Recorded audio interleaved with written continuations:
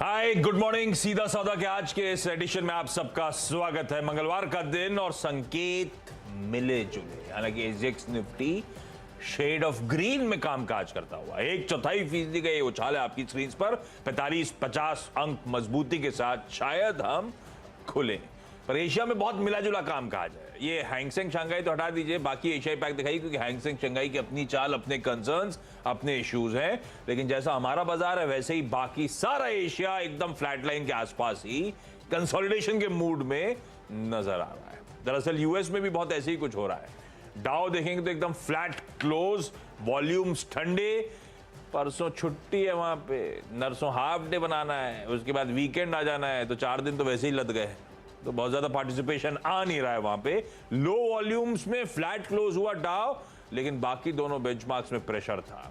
S&P 1/3% से ज्यादा दबाव में था और नैस्डैक 1% करेक्ट होता हुआ नजर आया। तो ठीक है, बाजार में वो ग्रोथ स्टॉक्स के रिलेटेड कंसर्न्स, डिफेंसिव की तरफ बाजार मूव कर रहा है, वो क्लियरली स्क्रीन पे विजिबल था। वॉल्यूम लेकिन ठंडे थे, तो कन्विक्शन उस ट्रेड पे भी नहीं लौट रहा है। खैर, पिच पे जरा कैमरा घुमाइएगा प्लीज, जो जरा देखी जाए आज की पिच। कौन सा कैमरा कहते हैं इसको? वो spider cam. Spider cam, okay. Spider cam जो है वो है आपकी स्क्रीन पे। ये हमने खास बजट अप्रूव करवाया था, तो ये बजट में हमें ये कैमरा मिला था। असल में अब जब एनुअल साइकिल में रिव्यू आएगा तो हम स्टम्प की कैमरा जोड़ेंगे इसमें। हाँ, हम अपने अन्ना से रिक्वेस्ट करते हैं कि इसमें बजट बढ़ा दें हमारा। हाँ। तो अन्ना ने कहा ये रुमाल का बजट काट देंगे, तो अभी रोका हुआ है। आप बताइए ये पिच कैसी है? पिच बड़ी खुरदरी सी है। देखो, दिख भी रही है, अगर गौर से आप देखें तो बहुत खुरदरी दिख रही है पिच। पिच अमेरिका ने आपको चाइना ले चलते, उधर से ही आज पिच देखने को मन कर रहा है। देखो, यूएस में कुछ खास हुआ नहीं, मतलब छुट्टी के मूड में वही पुराने बयानों को रिसाइकल कर करके लोग अपना व्यू बना रहे हैं, नया कुछ नहीं हुआ। और फेड मिनट्स के लोग इंतजार करें, मुझे समझ में नहीं आता उसका इंतजार करके आप क्या करेंगे, वो इतिहास है, उस पर तो एक्शन हो चुका है। तो फेड मिनट्स का कोई बहुत मतलब नहीं है। फेड मिनट्स से ज़्यादा तो स्टेटमेंट जो अब दे रहे हैं वो लोग, उसको आप गौर से सुनिए, उसको गौर से समझने की कोशिश करिए। तो इसलिए इंटरेस्टिंग है कि यूएस मार्केट कैसे अगले कुछ दिन बिताता है, क्योंकि ये जो अंतिम दिन है ना, इसमें बहुत इंपॉर्टेंट ट्रिगर्स आपको मिलेंगे अगली बैठक के लिए। लेकिन वापस आते हैं अपन एशिया में। चीन में देखो दिक्कत है, वहाँ पे उन्होंने बड़े से एक प्रांत, क्या नाम उसका, बड़ा अजीब सा नाम, गोंगजोउ में रिस्ट्रिक्शंस लगा दिए, 5 दिन के लिए लॉकडाउन है। बीजिंग में भी रिस्ट्रिक्शंस बढ़ा दिए हैं। ये मतलब वहाँ पे ख़त्म ही नहीं हो रहा है, जीरो पॉलिसी के चक्कर में बहुत ज़्यादा दिक्कत है, तो उसकी वजह से मुश्किल है। दूसरा, कल क्रूड में बहुत उछाल हुआ, मतलब एक्चुअली अगर आप कहोगे तो ग्लोबल हाईलाइट कल क्रूड ही है सिर्फ, जहाँ पे 6-6.5% का उतार चढ़ाव देखने को मिला। और पता नहीं कहाँ से वॉल स्ट्रीट जर्नल की वो खबर आ गई कि प्रोडक्शन बढ़ेगा तो क्रूड गिर गया, फिर तुरंत उसका खंडन आया तो क्रूड चढ़ गया। देखिए $88 पे पहुँच गया फिर से ब्रेंट, वरना ब्रेंट इसमें $82 आ गया, हमें लगा 80 के नीचे चला जाएगा ये। तो कल भारत में एकदम न्यू हाई बन सकता है, लेकिन बना नहीं। इसमें एक बारीक चीज़ और समझ लीजिए आप लोग, कल बहुत इंटरेस्टिंग चीज़ हुई है यूएस में। डॉलर स्ट्रॉन्ग हुआ है, बॉन्ड यील्ड बढ़ी है, तो अभी भी लोग सेफ हेवन की तरफ जा रहे हैं, जो कि डॉलर है। आपका रुपया कल कमज़ोर हुआ है और लोग ये मान के चल रहे हैं कि सेफ हेवन में जाना अभी भी ज़्यादा बेटर है, इसीलिए कल डॉलर की डिमांड बढ़ी थी और रुपया कमज़ोर हुआ था। ग्लोबली ऐसा देखा गया, डॉलर इंडेक्स भी 107 के आसपास होगा मेरे ख्याल में। तो जो अलग अलग जगहों से खबरें हैं, जिसमें बैंक ऑफ अमेरिका का जो फंड मैनेजर सर्वे है वो कह रहा है कि 2023 में रिसेशन आएगा ही आएगा। गोल्डमैन सैक्स की जो रिपोर्ट कल आपने पढ़ी होगी, छपी होगी सब जगह, जो इंडिया को लेकर के कंसर्न्स हैं। तो ये वाला जो कैंप है ना, जो थोड़ा निराशा वाली कैंप, ये इसकी खबरें आजकल ज़्यादा हाईलाइट हो रही हैं। उसका कारण है कि मार्केट चल नहीं रहा है, तो लोग इस टाइप वाली खबरों पर ध्यान दे रहे हैं। जैसे ही मार्केट चलने लगेगा तो हम दूसरी तरफ वाली खबरों में ध्यान लेंगे। लेकिन इन दोनों के बीच में आपको बैलेंस बनाना है, और बैलेंस सिर्फ इससे बनेगा कि आप आवाज़ चैनल रोज़ देखिए सुबह, और आपको मैं अलर्ट करता रहूँगा कि जोश में होश नहीं होने का, क्योंकि कुछ भी गड़बड़ हो सकती है कभी भी, तो ये ध्यान रखने का। लेकिन संकेत अच्छे नहीं है। वो जो आपको पिच दिखती है, ऐसा लगता है रोज हम सेम पिच दिखा रहे हैं। वो क्या है, बर्ड आई व्यू है हमारे हाँ। पास। ये जो पैनी नजर रखते हैं, जानते हैं क्रैक कैसे बदल रहे हैं। यस, इसीलिए मैंने कहा ना यार खुरदरी पिच दिख रही है। पीछे हमारी मैंने रोज ये दिखती है, लेकिन आज मैं कह रहा हूँ खुरदरी है पिच। तो अच्छा चलिए, मूड माहौल ठीक है, फ्लैटिश रुझान है, कंसोलिडेशन का दिन, एटलीस्ट ग्लोबल क्यूज उस तरह का इंडिकेशन दे रहे हैं, पर वो खबरें कहाँ हैं, क्या हैं, वो सब टटोल के लेकर आया हूँ आपके लिए। वॉच आउट करिएगा, नॉट नेसेसरली जो खबरें हैं वैसे ही प्री पोजीशनिंग कैसी है उस पर डिपेंडेंट होगा मूव्स। पहले तो लार्ज ट्रेड्स लेकर आया। एक तो कल की लिस्टिंग थी आर्चियन केमिकल इंडस्ट्रीज, बढ़िया रिस्पांस मिला था। उस रिस्पांस के लिहाज से म्यूटेड लिस्टिंग होगी, मेरे ख्याल से दिन गड़बड़ हो गया थोड़ा सा, तो 12% के आसपास का इवेंचुअली प्रीमियम रह गया था कल। उसमें ये कंपनी अच्छी है, बाजार थोड़ा सा बिगड़ा हुआ था, तो मुझे लगता है शायद उसका इंपैक्ट होगा और आज शायद थोड़ा सा और ग्रीन ट्रेजेक्टरी में हिट करे। कल ऐसा कोई मैसिव कोई सेलर नजर नहीं आया, बल्कि इनफैक्ट क्वांट मनी मैनेजर्स ने कल 6.5 लाख शेयर्स खुले बाजार से लिस्टिंग के बाद खरीदे भी हुए हैं। 452 453 के आसपास की बाइंग है, 58 पे शायद स्टॉक क्लोज हुआ था कल के ट्रेडिंग सेशन में। आर्चियन केमिकल इंडस्ट्रीज को रखिए रडार पे, हालांकि सिर्फ डे 1 ही था, आज तो डे 2 है, तो बिहेवियर गॉज करना मुश्किल है, लेकिन होपिंग कि शायद कुछ ग्रीन और कल की वीकनेस के बाद, क्योंकि डिमांड अच्छी थी आईपीओ के समय, आई एम एज्यूमिंग कुछ हद तक बाजार में, खुले बाजार में खरीदने के लिए इंस्टीट्यूशंस आ सकते हैं। कल एक एग्जांपल था और कहते हैं वो एपेटाइट अभी फुलफिल हुई नहीं थी, तो शायद आर्चियन केमिकल इंडस्ट्रीज आज इन ग्रीन ट्रेड कर सकता है। डिलीवरी रखा ग्रीन में है और है ये न्यू एज कंपनी, थोड़ा सा कॉशियस, थोड़ा नहीं बहुत कॉशियस, या वॉच आउट ही करिएगा, मत ही वेंचर करिएगा। पर ग्रीन इसलिए रख रहा हूं, कल क्या हुआ, कल पहले तो अच्छी खबर आई। अच्छी खबर थी कि लॉजिस्टिक कंपनी को फुटसी ऑल कैप इंडेक्स में इंक्लूड करा जाएगा। हालांकि काफी समय से पता था कि दिसंबर में इसका इंक्लूजन हो सकता है, उसका कंफर्मेशन आ गया। 16 दिसंबर को एडजस्टमेंट प्ले आउट होगा, delivery will be part of FTSE all cap index, और इस पार्ट इंक्लूजन का मतलब $8 मिलियन के फ्लोज आएंगे इस कंपनी में। तो खबर तो अच्छी थी, स्टॉक क्यों लाल में। इंटरडे चार्ट दिखाइए कल की, दरअसल चला था इस खबर पे, वो चला और एक लार्ज प्लेयर ने माल छोड़ दिया, तो ये दिक्कत हो गई। तो कल सीए स्विफ्ट इन्वेस्टमेंट्स ने 1,84,00,000 शेयर्स बेच दिए, 2.25 करोड़ से ज्यादा शेयर्स बिके। स्टॉक इवेंचुअली ठीक है, ज्यादा प्रेशर में नहीं आया, 2.25% के आसपास ही कमजोरी थी। हालांकि इंटरेस्टिंगली इन्होंने सुबह कल रेट रखा था स्टॉक को, हाँ, वहां से तो बढ़िया खुलने के बाद से तो बढ़िया घूम गया ये। उसके बाद वो डील ऊपर 6% मैंने कहा तो गलत हो गया। शुरू में थी वो इंक्लूजन पे ही माल छोड़ दिया गया, तो अब वो पर बहुत ज्यादा प्रेशर स्टॉक पे नहीं आया इंटरेस्टिंगली, और बड़ा चंक जो है एब्जॉर्ब हुआ। उस एब्जॉर्प्शन में एक मॉर्गन स्टैनली एशिया सिंगापुर ने ऑलमोस्ट 50 लाख 48.5 लाख शेयर्स कल उसने एक्वायर करे। इसको मैं आज ग्रीन लेके चल रहा हूं। अच्छी खबर भी थी जिसपे हमने ड्यूली रिस्पॉन्ड नहीं करा, एक लार्ज ट्रेड के चलते सारा मामला कैलकुलेशन गड़बड़ाया था। अब कुछ बायर्स भी सामने आ रहे हैं और वो बड़ा लार्ज सेल एब्जॉर्ब हो चुका है भाव में, तो शायद इन ग्रीन डिलीवरी ट्रेड कर सकता है। इस होप के साथ ग्रीन लेके चल रहा हूं, पर ध्यान रखिएगा उस दिन ले रहा हूं जब फिर ग्रोथ स्टॉक्स की ग्लोबली पिटाई हो रही है, फिर नैस्डैक 1% ज्यादा कमजोर था कल, प्रेशर माउंट हो रहा था, तो जरा सा हमें वॉच करना पड़ेगा दिन के दौरान बिहेवियर। एक लार्ज ट्रेड ड्यू है आज एफएसएन ई कॉमर्स वेंचर्स में, नाइका, तो इसे रेट रख रहा हूं। हालांकि बहुत ज्यादा डिस्काउंट पे डील नहीं होनी है, शायद जो बैंड दिया हुआ है, पर ये क्या है कि अब धीरे धीरे ये सेलिंग आ रही है स्टॉक में। ये स्टॉक की सेलिंग थम गई थी कुछ हद तक, क्योंकि इन्होंने स्मार्टली वो रिकॉर्ड डेट वहीं पे लगा दी थी जहां पे वो 1 साल का लॉक इन खुल रहा था, तो अब वो धीरे धीरे लेकिन सेलिंग स्टॉक प्रेशर में आ ही रहा है। कल भी 4-5% दबाव में था, तो नॉन लोगों को शायद पता हो, हमें तो बाजार बंद होने का अपडेट आया कि भाई एफएसएन ई कॉमर्स वेंचर्स में Lighthouse India fund 0.65% stake बेच रहा है। कल की क्लोज थी 183.50 की, 183.50 से लेकर 180 का बैंड, तो 0 से 2% डिस्काउंट की बात कर रहे हैं बेसिकली। बहुत ज्यादा मीनिंगफुल डिस्काउंट नहीं, बहुत बड़ा ह्यूज चंक भी नहीं, ये भी ध्यान रखिएगा। 0.65% स्टेक है, पर ये ओवरहैंग रहेगा स्टॉक पे नायका के, इसलिए नायका को मैं रेड ही लेके चल रहा हूं। पर ये न्यू एज कंपनी जरा वॉच आउट करना है, तो एक ग्रीन है सिफर साइड के लिए, एक रेड न्यू एज कंपनीज के साथ अलग अलग खबरें, इसीलिए मैं ऐसी स्टॉक रख रहा हूं। बस खबरों के बीच में रेड और ग्रीन मेंशन कर रहा हूं, 3 हो गए मेरे। नायका भी कुछ दिन पहले 200 रुपए की थी। कल किसी से चार्ट पे व्यू लिया था, तो वो कह रहे थे 240 के ऊपर जब तक नहीं जाएगा तब तक कन्विक्शन नहीं लौटेगा। 240 बहुत दूर है यार, बहुत ही दूर है। अभी जब ये पूरा इसका स्टॉक क्या क्या हुआ था, स्प्लिट बहुत कुछ किया था। बोनस आया था, 200 रुपये के आसपास था, और ये बोनस आया था, स्प्लिट आया था, पता नहीं, दोनों आए थे मेरे ख्याल में, 10-15 एक तोड़ का दिए 5 ना। हुआ था, मुझे याद नहीं आ रहा क्या था वो। 2000 वाला शेयर 200 रुपये हो गया, 10 शेयर, चलो। तो ये 200 रुपये के कुछ आसपास था, तो लोगों ने कहा कि देखो ये इशू प्राइस से अभी भी ऊपर। मैंने शो किया था, तो मैंने सुमित से रिसर्च निकलवाई थी, हाँ। तो ये ऊपर दिख रहा अभी 1150 इशू प्राइस थी, 1150 को 5 विभाजन करें तो हाँ वो 200 कुछ रुपए पे इसका इशू प्राइस आ जाता। अब नहीं होगा ना, अब तो नीचे आ गया। अब तो इशू प्राइस के नीचे चला तो गया। ये जो 4% रोज गिर गया 183 पे, ये सब चिंता के कारण होने चाहिए, जबकि इनके पास तो ठीक ठाक इनके पास तो बिजनेस है, दिखता है बिजनेस, हाँ, टच एंड फील वाला है। टच एंड फील वाला, घरों में इसके प्रोडक्ट्स पहुंच चुके हैं, फिर ये हाल है।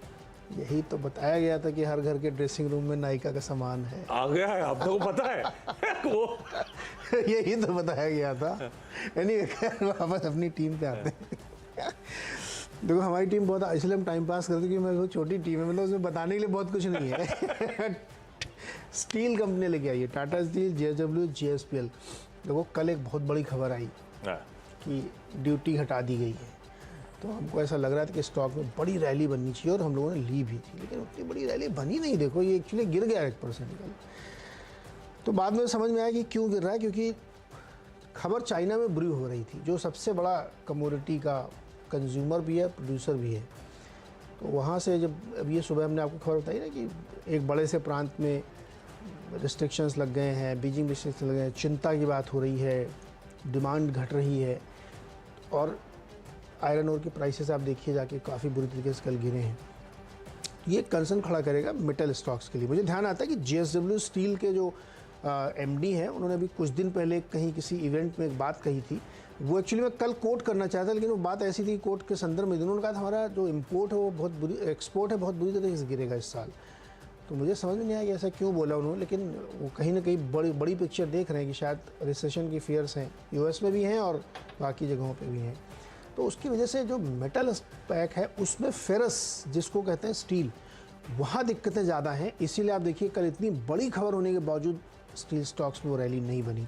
तो और अब आज तो वो खबर आ भी गई है, डॉलर मजबूत, चाइना में दिक्कत और रिसेशन के फियर्स। तो हमें लगता है कि मेटल्स में ध्यान रखना चाहिए, और संकेत दिख भी रहे हैं। आयरन ओर के प्राइसेस आप अभी जाके देख सकते हैं कमोडिटी एक्सचेंजेस पे, तो नीचे के, तो मुझे लगता है तीनों स्टॉक्स रेड में रहने चाहिए। चाइना कंसर्न्स प्ले आउट होंगे। अगले स्टॉक्स में एप्टस वैल्यू हाउसिंग फाइनेंस, एक बढ़िया NBFC जिसके business, financials, quarterly performance thumbs up है उसके लिए। स्टॉक म्यूटेड कामकाज कर रहा है। कल बाजार में अपडेट आया कि भाई 28 नवंबर को बोर्ड मीट शेड्यूल्ड है। 28 नवंबर मतलब अगले हफ्ते मंडे को ये बोर्ड मीट है, इंटरिम डिविडेंड कंसिडर करेंगे। अच्छी कंपनी है, बहाना मिल गया, इन ग्रीन रख दिया। बजाज ऑटो इन ग्रीन लेके चलता हूं। हालांकि बजाज ऑटो की वैसे सेल्स को थ्रस्ट अपने न्यू लॉन्चेस से ही ऑफसेट मिल रहा है, वो उसके थोड़ा बहुत सेल्स पार्क भी होते हैं।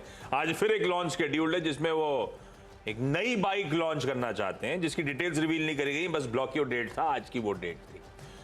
पर कोई मोटरसाइकिल और बहुत सारे लोग, मैं क्योंकि वो बहुत सारी ये ऑटो वेबसाइट्स वगैरह हैं, तो ज़्यादातर लोग पल्सर के कोई एक्सटेंशन, कोई नए एडिशन के लॉन्च की तैयारी कर रहे हैं, ऐसा एंटिसिपेटेड। पर पता नहीं क्या लॉन्च होगा, अपने को तो इतना आइडिया नहीं है। कोई बाइक लॉन्च होनी है, बजाज ऑटो को रखते रडार पे, इन ग्रीन लेके चल रहा हूँ। और एक JK पेपर, ये इंटरेस्टिंग है। अब बाजार कैसे लेता है पता नहीं, लेकिन मुझे तो एक्विजिशन बड़ा इंटरेस्टिंग लगा। एग्रेसिव एक्विजिशन है। इस कंपनी ने 2 कंपनीज जो कॉरुगेटेड पैकेजिंग, मतलब वो गत्ता कहेंगे ना, गत्ता वो पैकेजिंग के लिए ब्राउन जो पेपर लगता है, वो जिसमें ऐसे बीच में धारियां बनी द- जाती हैं कि कोई ऐसा जिसके कार्टन भी बनते हैं। फ्रेजाइल सामान आप रखो तो वो हाँ, बस वो कॉरुगेटेड वो पैकेजिंग मटेरियल जो है वो बनाने के लिए 2 कंपनीज, होराइजन पैक्स और सिक्योरी पैक्स पैकेजिंग, जिसमें होराइजन पैक्स तो बहुत बड़ा प्लेयर है। दोनों में 85% स्टेक एक्वायर करेंगे, बचा हुआ 15% स्टेक भी लेंगे with in span of 3 years. ठीक है, दोनों companies largest corrugated packaging manufacturers हैं, 7 प्लांट स्प्रेड अक्रॉस इंडिया, और FY22 की इन दोनों कंपनी की कंसोलिडेटेड रेवेन्यू थी 832 करोड़ रुपए की। तो बड़ा एक्विजिशन ये करता हुआ ये कंपनी नजर आ रही है। JK पेपर इंटरेस्टिंग स्पेस में, और ऐसे प्लेयर को एक्वायर कर रहा है जो इसका शेयर बहुत तगड़ा है। मुझे लगता है बाजार ड्यूली रिवॉर्ड करना चाहिए JK पेपर को। स्मार्ट एक्विजिशन लग रहा है। अब मैनेजमेंट से आज इनके दौरान कोशिश करेंगे, बातचीत भी होगी तो समझेंगे रैशनल और समझेंगे किस तरह का क्वांटम दिया है और किस तरह की ट्रेजेक्टरी आगे नजर आएगी। पर जेके पेपर थम्स अप है एक्विजिशन के लिए, at least on the face of it, इसलिए ग्रीन रख दिया मैंने। ये खबर एक्चुअली बहुत बड़ी है। लीडिंग कंपनी है और पैकेजिंग में बहुत बड़ा इनका है। मुझे तो ये एकदम वैसा क्वेश्चन लग रहा है जिससे आरएचआई मैग्नेसिटा निकल गया था। बाकी 8-9 डोमिनेंस है उसका, अरे बहुत तेज भागा था वो, डोमिनेंस है। और उस सेगमेंट की जो एक छोटी मोटी कंपनी उसको भी ले लिया। ये मुझे वैसे लग रहा है जेके पेपर में बड़ी तेजी हो सकती है, क्योंकि ये एक्विजिशन बहुत स्ट्रेटेजिकली बहुत इंपॉर्टेंट है इनके लिए, वैसे भी लीडर है ये। चलिए अच्छा भागले, ये सब खबर है मैं पढ़ता हूँ, लेकिन उससे पहले सब इधर कब्जा हो जाता है। मैं क्या पढ़ता ही रहता हूँ। ये एक्विजिशन में मेरे को रिलीज में नहीं, लेकिन ये एक्विजिशन शायद 578 करोड़ रुपीस में हुआ है। 578 करोड़ और इसकी टॉप लाइन है 800, कितना बोला था, 830-840 करोड़ पे मैंने बोली थी। तो एक्विजिशन उस लिहाज से भी अट्रैक्टिव लग रहा है मुझे, वैल्यूएशन लिहाज से प्लस मार्केट में डोमिनेंस। जेके पेपर बहुत ही स्ट्रेटजिक। अच्छा, जेके पेपर की मैनेजमेंट से मैं अभी मैंने केवाईसी किया था कुछ दिन पहले, तो उन्होंने एक बहुत दिलचस्प बात बताई कि पल्प के लिए डिपेंडेंट नहीं है फॉरेन में, इनके अपने पल्प की व्यवस्था है। मतलब बैकवर्ड इंटीग्रेशन इन्होंने पेड़ लगाने से लेकर के कागज बनाने तक कर रखा है। तो इंटरनेशनल प्राइस पल्प के कुछ हो जाए इनको कोई फर्क नहीं पड़ता। और इन्होंने एक बहुत कड़ी बात बताई थी न्यूज़ प्रिंट वाली कंपनीज के लिए कि जब बहुत सस्ता था तो आप भारत में ले नहीं रहे थे, आप तो विदेश से ला रहे थे। अब आप परेशान हैं, दुगना तिगना दाम हो चुका है न्यूज़ प्रिंट का।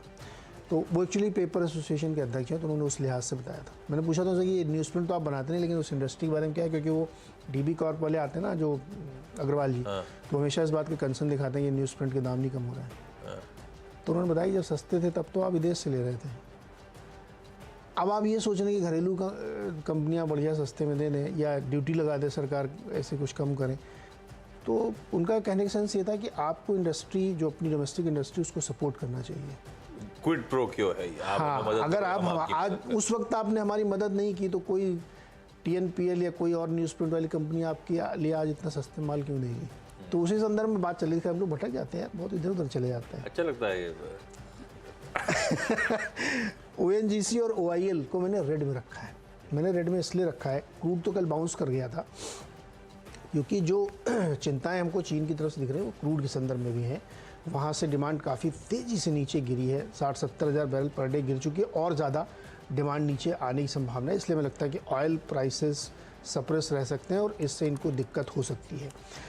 लास्ट स्टॉक है जोमेटो, जो मुझे लगता है कि आज भी रेड में रहना चाहिए। कल भी गिरा था और ये जो मैनेजमेंट के एग्जिट्स वगैरह हो रहे हैं, इससे कंसर्न तो खड़ा हो रहा है। और आगे पता नहीं कैसे पैन आउट होगा, कैसे बिजनेसेस आगे बढ़ेंगे। तो मुझे लगता है कि वो जो कल देखिए 4% गिरा था, कल ऐसा लग रहा था कि संभल जाएगा, लेकिन नहीं संभला। तो मुझे लगता है ये मोमेंटम नीचे वाला कंटिन्यू रह सकता है जोमेटो में, तो इसको ध्यान में रखना चाहिए। 6 हो गए, चलिए एक छोटा सा ब्रेक के बाद फिर अगले 4 स्टॉक्स।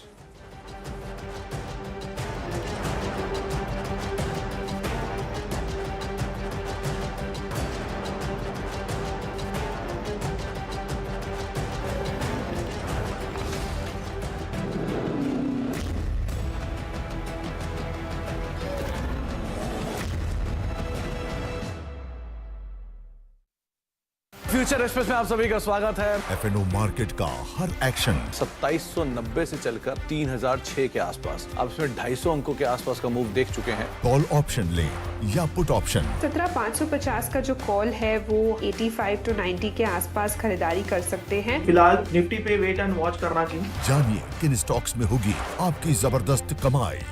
3300 के नीचे अर्ली क्लोज अगर आए तो आप शॉर्ट करके यहाँ पर जा सकते हैं। देखिए फ्यूचर एक्सप्रेस। बाजार शुरू होने से पहले कीजिए मुनाफे की तैयारी। जहाँ से कॉल राइटर्स बाहर निकल रहा है वहाँ पे बाय कर दीजिए, और जहाँ पे पुट राइटर कन्विक्शन है वहाँ पे डिप पे बाय कीजिएगा। जानिए सेंसेक्स और निफ्टी की कैसी होगी चाल। बहुत बढ़िया मूव्स एंजॉय कर रहा है ये स्टॉक। ब्लैक पैटर्न का ब्रेकआउट, बाय 1210 तक की तैयारी। कौन से स्टॉक्स आपको बनाएंगे मालामाल? 590 के ऊपर खरीदेंगे, 580 के स्टॉप लॉस है, 620 के टारगेट के लिए। देखिए मुनाफे की तैयारी।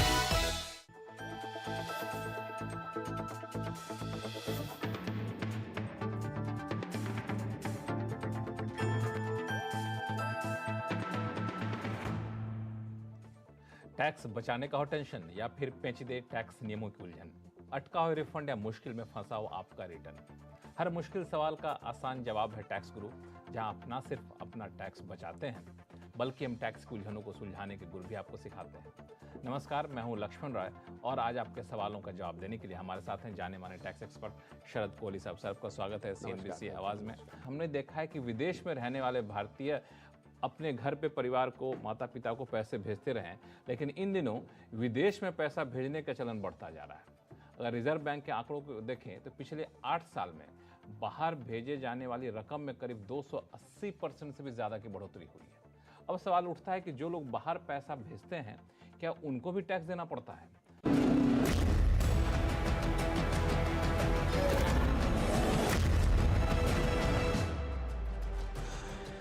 स्वागत है एक बार फिर से आपका। अगले 4 स्टॉक्स में 2 हैं, HDFC बैंक और केनरा बैंक। इसके बारे में खबर ये आ रही है, रॉयटर्स ने छापी है कि RBI ने इनको वोस्ट्रो अकाउंट खोलने की मंजूरी दे दी है और कुछ दिन पहले यूको बैंक को इन्होंने दी थी। यूको बैंक भी देख लीजिएगा, तीसरा stock, 9th stock UCO bank भी है। वोस्ट्रो अकाउंट क्या होता है? वोस्ट्रो अकाउंट वो होता है जब आप, जैसे भारत और रशिया के बीच में जो रुपी में ट्रेड होना है, उसके लिए एक अकाउंट खुलता है रशियन ट्रेडर्स के लिए, जो यहाँ पे खुलेगा एक बैंक में। उसमें वो रुपया, क्योंकि रुपये में हम ट्रेड करेंगे तो वो रुपया उस वोस्ट्रो अकाउंट में चला जाएगा, वो जो कि किसी गैसप्रॉम का या किसी रास गैस का होगा। रास तो खैर कतर के, ये गैसप्रॉम का होगा। तो उस रकम को इस अकाउंट में रखा जाएगा। उसके बाद जब वो यहाँ से कोई चीज़ खरीदेंगे तो वो उसमें सेटलमेंट होगा, तो इसको वोस्ट्रो अकाउंट बोलते हैं। तो ये केनरा के लिए और HDFC के लिए लागू किया गया, ऐसा रॉयटर्स ने छापा है। RBI की तरफ से अभी कोई प्रेस रिलीज मैंने नहीं देखी है, लेकिन रॉयटर्स ने कहा है कि उन्होंने छाप दिया। और यूको बैंक को भी ये ऑलरेडी मिल चुका है, जिसमें गैसप्रॉम ने अकाउंट खोल लिया है। तो अभी आपने ध्यान होगा 2 दिन पहले यूको बैंक में बड़ी भयानक तेज़ी बनी थी। वो तेज़ी शायद इसी खबर की वजह से रही होगी, क्योंकि वो 2 दिन पहले ऐसा हुआ था। 10th स्टॉक है भारतीय एयरटेल। कल दिन में एक खबर आई थी कि इन्होंने हरियाणा और उड़ीसा में अपना जो छोटा वाला एकदम पैक होता है उसके दाम बढ़ाएं, करीब 57% टैरिफ हाइक की है। 99 से 100 कुछ रुपये वो हो गया है। ये एक बहुत इंटरेस्टिंग फैक्ट है कि जो आरपू का पीक था एक ज़माने में 300 रुपये, अभी हम लोग शायद 195-200 के आसपास पहुँच रहे हैं। उसको अचीव करने की तैयारी चल रही है। तो मुझे लगता है कि ये धीरे धीरे जो है टैरिफ बढ़ेगा, हमारे आपके ऊपर बोझ बढ़ेगा और वो हमें झेलना पड़ेगा। अगर मान लीजिए 25-30 रुपये भी रोज़ महीने के हिसाब से बढ़ गया, साल में 200 रुपये अगर आपसे ले लिए गए, तो वो सीधे आरपू जाएगा और आपके 10-12 हज़ार करोड़ के आसपास बनता है साल में। तो मुझे लगता है ये भारतीय एयरटेल के लिए बहुत अच्छी खबर है। बाकी प्लेयर्स के लिए भी, मतलब रिलायंस के लिए भी अच्छी खबर होगी और वोडा के लिए भी होगी। तो वो मुझे लगता है भारतीय में ध्यान दिया सकता। कल इतनी नरम मार्केट में 14 रुपये ऊपर था, इसी खबर के चलते। ब्रोकरेज का भी अपग्रेड आ रहा है और इस स्टॉक पे कल वो खबर भी आ रही थी कहीं और भी 4-5G लॉन्च की, वो दिन भर खबरें। हाँ, 14-15 शहरों में इन्होंने लॉन्च कर दिया। आज स्टैंडर्ड डिस्क्लोजर ध्यान रखिएगा, रिलायंस का मैंने नाम लिया है क्योंकि इस कंपनी की ओनरशिप, मतलब आवाज़ की ओनरशिप उनके पास है। कोई भी ट्रेड लेने से पहले आप ध्यान दे लें, दूसरे से भी जानकारी ले लें।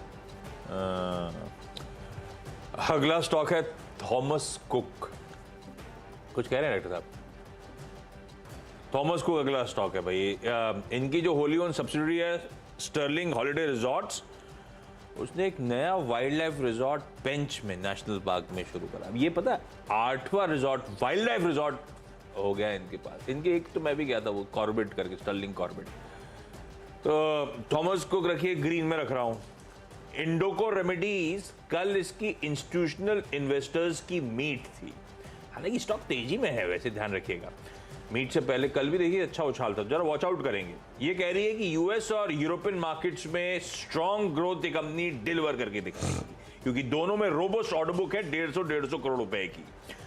5000 करोड़ रुपए के रेवेन्यू एस्पिरेशंस हैं। FY22 में 1500 करोड़ रुपए के रेवेन्यूज थे। 5 साल से कम में ये एस्पिरेशन पूरा होता हुआ नजर आएगा। 5000 करोड़ रुपए जो पहुंचने का मन है, और ऑर्गेनिक इनऑर्गेनिक इनिशिएटिव्स लिए जाएंगे और अगले 3 साल में 23 से 24% के EBITDA मार्जिन। बढ़िया कमेंट्री, कल कमेंट्री में कुछ स्टॉक्स हमने देखा था बढ़िया मूव्स दिखाते हुए। मैनेजमेंट मीट के टेकअवेज आपकी स्क्रीन पर आते हुए। रखिए स्टॉक को रडार पे। 2 बोर्ड मीट्स वाले हैं आज, मुझे नहीं पता आउटकम कैसा होगा, सिर्फ मेंशन करना है आपको, रडार पर रखना है ये स्टॉक्स को। ग्रीन लेके चल रहा हूं मैं। एक तो वेदांता है, वेदांता इसीलिए क्योंकि आज वो 3rd इंटरिम डिविडेंड डोल आउट करने के लिए बोर्ड मीट है। बेसिकली हिंदुस्तान जिंक से तगड़ा डिविडेंड आया है, उसको पास ऑन करने की तैयारी हो रही है। रखिए स्टॉक को रडार पर, लेकिन ऐसे टाइम पे हो रहा है जब चाइना रिलेटेड कंसर्न्स और बढ़ रहे हैं, तो ये स्टॉक बिहेव, कल ही चाइना रिलेटेड कंसर्न ज्यादा हावी थे जब हमारी एक्सपोर्ट ड्यूटी की रिलीफ की खबर आई थी, सारे स्टॉक ठंडे पड़ गए थे। वेदांता जरा वॉच आउट करेंगे, पर आज खबर अच्छी आएगी दिन के दौरान जब भी आएगी डिविडेंड डोल आउट की। सीमेंस के आज रिजल्ट्स हैं, इसलिए ग्रीन रख रहा हूं। अब नंबर्स कैसे रहेंगे तो देख वक्त बताएगा, लेकिन इसके पीयर सेट्स कोई लार्सन & टुब्रो, कोई थर्मैक्स, सबके नंबर्स आपने देखे किस तरह से स्वेलिंग ऑर्डर बुक, एग्जीक्यूशन कैसा पिकअप हो रहा था, सबको थम्स अप मिला था नंबर्स के बाद। सीमेंस के दरअसल सितंबर एंडिंग कंपनी है, तो इसके एनुअल रिजल्ट्स आ जाने उससे पहले शायद ये स्टॉक थोड़ा सा हरकत में आए। इस नोट पर कोई छोटा सा ब्रेक के उस पास जब लौटेंगे तो इन टीम्स का क्विक रैप अप।